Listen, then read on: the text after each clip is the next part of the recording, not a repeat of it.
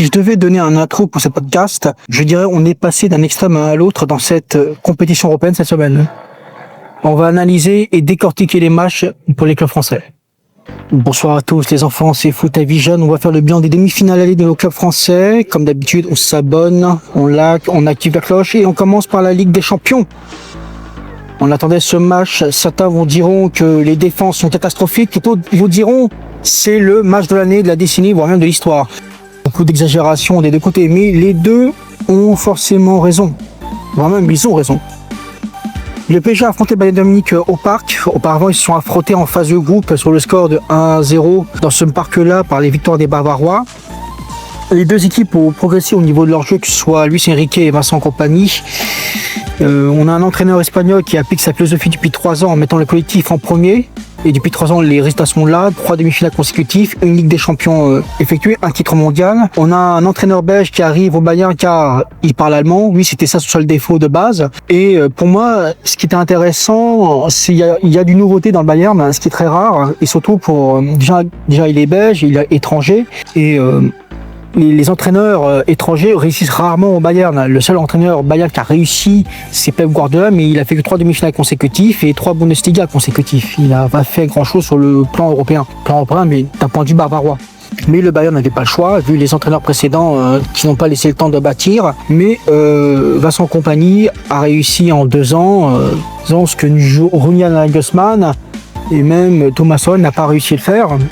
Première saison, il finit champion et quart de finaliste en faisant du neuf avec du vieux. Et là, cette saison en 2026, il remporte la Bundesliga, il le défend à 5 journées de la fin. Il est en finale de la DFB Pokal, la Coupe allemande, et il est en demi-finale de Ligue des Champions. Je pense qu'il a énormément progressé cette saison, Vincent Kompany. Et moi, je l'attendais beaucoup, mais pour moi, je m'attendais qu'il réussisse et j'attendais les résultats de sa philosophie, de ses convictions et de ses principes. Ça, c'est ce que j'attendais beaucoup. Et pour moi, le Bayern n'avait pas vraiment le choix et ils l'ont laissé travailler, ce qui manque rarement à cette époque. Mais parlons du match, le Bayern commençait à presser et dominer dès les 15 premières minutes par le penalty d'Harry Kane à la 17e. Après, Paris continue à abandonner et ils égalisent par Kvaratskhelia, par une frappe enroulée à ras de terre. Et ils prennent l'avantage jusqu'à la fin de la première mi-temps par une tête de João Neves à la 33e. Mais malheureusement, la défense parisienne a failli par Michael Olise à la 40e, sur une égalisation du Bayern. Et Dembélé marque ce penalty à la 49e de la première mi-temps, je le rappelle.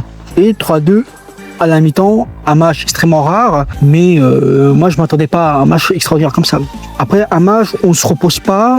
Je dirais au contraire, on se rend pour coup, comme si on s'était dans un match de boxe. Et seconde période, PSG étouffe le Bayern pendant 20 minutes. On parlait doublé de Krava et Dembélé à la 56e et la 58e. Je pense que pour moi, à ce moment-là, Paris aurait dû achever le Bayern, même si la possession était bavaroise.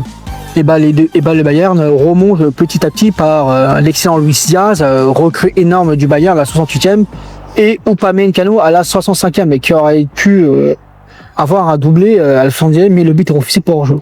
Alors, pas grand chose à dire sur les 20 dernières minutes, mais à part le tir raté de Mayolou, on aurait pu avoir un match nul sur ce match-là, par la légèreté des Parisiennes, et le Bayern en a profité. Ma décision a été surtout du côté bavaroise.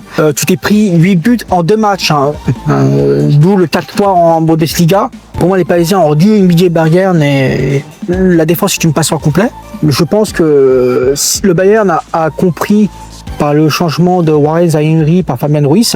C'est à ce moment-là que Bayern a remonté. Le match en lui-même était étouffant, il était beau spectaculairement et de joie. Le score est de 5-4. Les Parisiens, je leur attends le match retour au Allianz Arena, mais comme dirait une presse allemande, il y a égalité. Ça m'avait fait rire en plus. Mais j'ai hâte d'être au match retour. Franchement, ce match-là m'a beaucoup impressionné, il m'a beaucoup plu. On est passé par un match spectaculaire, par un match effroyable et chanceux par les Strasbourgeois pour leur contenu décevant, mais c'était prévu. Strasbourg allait en banlieue de Madrid pour affronter, pour sa première demi-finale européenne de son histoire, le Rayo Vallecano. Je peux vous dire que j'étais très déçu des Alsaciens qui n'ont pas fait grand-chose contre ces Rayo. Je pense qu'ils ne sont pas habitués à jouer tous les 3 jours. C'est très irrégulier leur performance. Ils ont perdu en coupe contre Nice. Ils sont hors européens en championnat.